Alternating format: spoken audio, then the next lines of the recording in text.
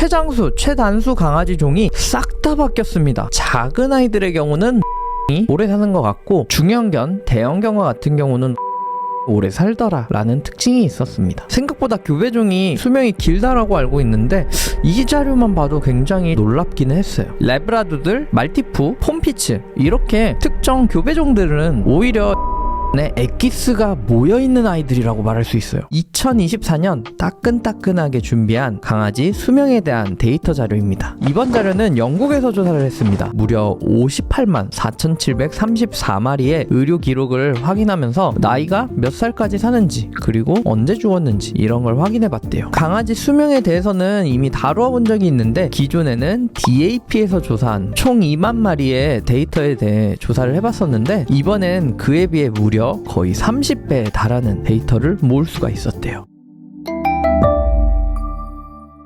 안녕하세요. 수의사 한명균입니다. 일단 자료부터 보도록 할까요? 첫 번째, 나이에 대한 사망 그래프입니다. 옆에 설명되었다시피 나이에 따른 사망률을 보여주고 있는데요. 그래서 여기를 보시면 6개월, 12개월, 2살, 7살, 12살 이렇게 경계선이 존재해요. 이런 나이대별에 대한 경계선은 예전 자료 같은 경우는 뭐 10살이다, 뭐 5살이다 말이 많았던 걸로 기억하는데 요즘 자료들을 보면 많은 경우는 7살, 12살 이렇게 자리를 잡기 시작하는 것 같아요. 어린 강아지라든가 아니면 소년, 어린 성년일 때는 사망률이 거의 없는 걸 확인할 수 있는데 성년, 그리고 장년, 노년이 될수록 급격하게 사망률은 오르는 걸 볼 수 있어요. 이것은 마치 사람의 수명과 비슷한 경향성을 확인할 수가 있어서 미국 사람 사망률 그래프랑 비교를 잠깐 해보자면 미국에서는 이제 2015년에 들어와서 크게 어린아이의 사망 비율이 떨어진 걸 확인할 수가 있어요. 다시 강아지로 가보면 올해 들어서는 통계 자료에서 어린 강아지의 사망률이 확 떨어진 걸 볼 수 있어요. 옛날에 2013년에도 수명에 대한 조사를 했었는데 그 당시의 그래프는 보시는 것처럼 어린 나이의 사망률이 어느 정도 존재를 했어요. 하지만 이제는 저희가 수의학도 의학처럼 2015년 미국 그래프를 따라오고 있습니다. 이번 자료에서 가장 제가 흥미롭게 본 거는 기존 자료를 타파해요. 순종이 교배종보다 더 오래 살았다는 거예요. 흔히 믹스종 혹은 잡종이라고도 부르죠. 교배종이라고 앞으로 부를 텐데 여러 가지의 종이 섞인 아이들이 일반적으로 오래 산다. 이거는 거의 불문율의 통념처럼 흔히 수의사가 말하는 건데 근데 이번 자료를 통해서 데이터 결과값을 봤을 때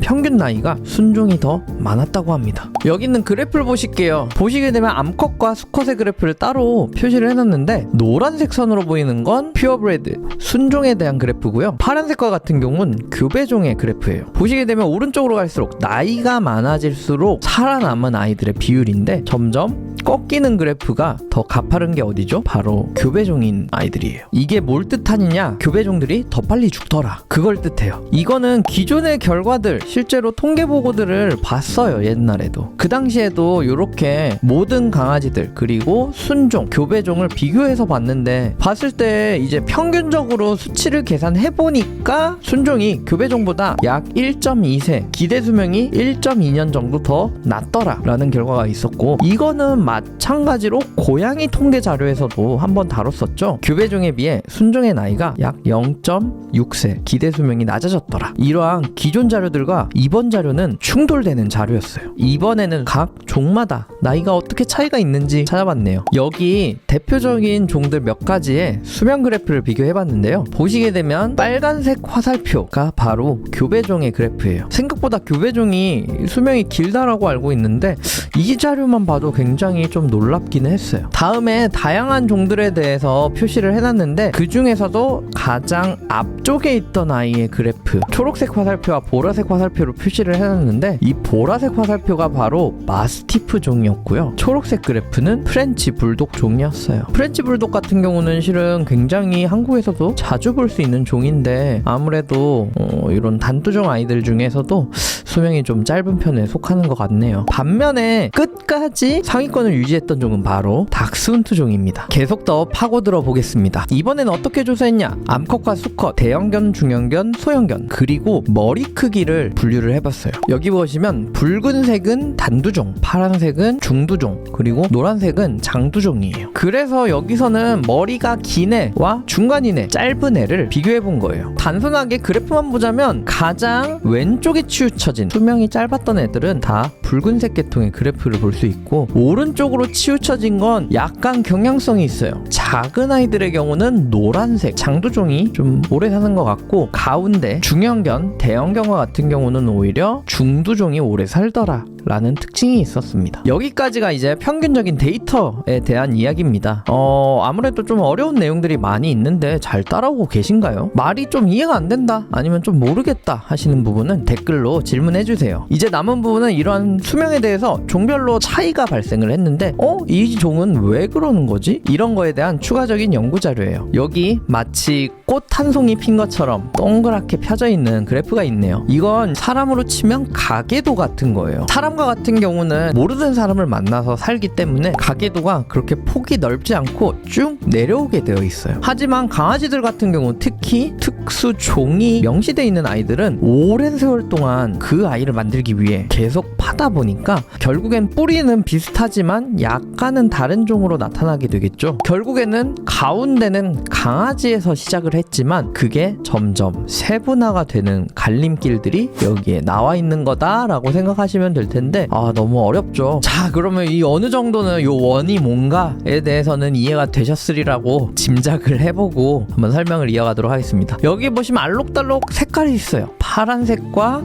빨간색, 초록색, 노란색, 알록달록한데 이게 뭐냐면 파란색에 가까울수록, 그리고 빨간색에 가까울수록 나이가 많았다, 적었다를 뜻하게 돼요. 그래가지고 그 사이에 있는 노란색이나 초록색 이런 애들은 파란색에 비해 나이가 점점 작아진다라고 이해하시면 될 것 같습니다. 그래서 이 개통도를 보게 되면은 요쪽 갈래를 따라가게 되면 테리어들이 이렇게 모여 있어요. 얘네들은 비슷한 조상을 따라간 아이들이다 라고 이해할 수가 있겠죠. 그 다음 저 멀리 반대편으로 가봅니다. 그러면은 저희가 흔히 볼 수 있는 보스턴 테리어, 박서 요런 애들이 있어요. 요런 애들은 또 테리어들과는 다른 조상 계통을 가지고 있다 라고 이해할 수가 있겠죠. 그래서 여기 데이터를 보게 되면 이제 줄기가 가까운 아이들일수록 서로 친척 관계다 이렇게 얘기를 할 수가 있겠죠. 특히 이 색깔의 경향성이 살짝 보여요. 테리어의 줄기를 가진 아이들은 비교적 파란색이 많은 걸 볼 수 있어요. 얘네들은 좀 오래 사는 종이라고 말할 수 있겠죠. 그리고 반대편으로 넘어가 보면 대형견들이 모여있는 곳들이 있어요. 이쪽과 같은 경우는 꽤 노란색과 초록색이 많죠. 이런 애들은 수명이 비교적으로 짧다는 뜻이에요. 이 중에서도 단연 돋보이는 건 여기 빨간색 점 하나, 바로 코케시안 셰퍼드 독이라고 써있는데, 얘는 러시아어로 오브차카라고 부르고 국내에서도 그래서 오브차카라고 많이 부릅니다. 그래서 이런 경향성이 종들마다 존재한다는 점 중요한 내용인 것 같아요. 특히 이런 수명 차이 같은 경우 굉장히 극명하게 갈리게 되는데, 이와 같은 거는 심지어 하위 25%에서도 뚜렷하게 볼 수가 있어요. 다음 그래프가 이제 하위 25%의 강아지들을 모아놓은 건데, 이 중에서도 아키타 종이라든가 아메리칸 에스키모독 이런 애들은 비교적으로 수명이 긴 편이다 라고 하지만,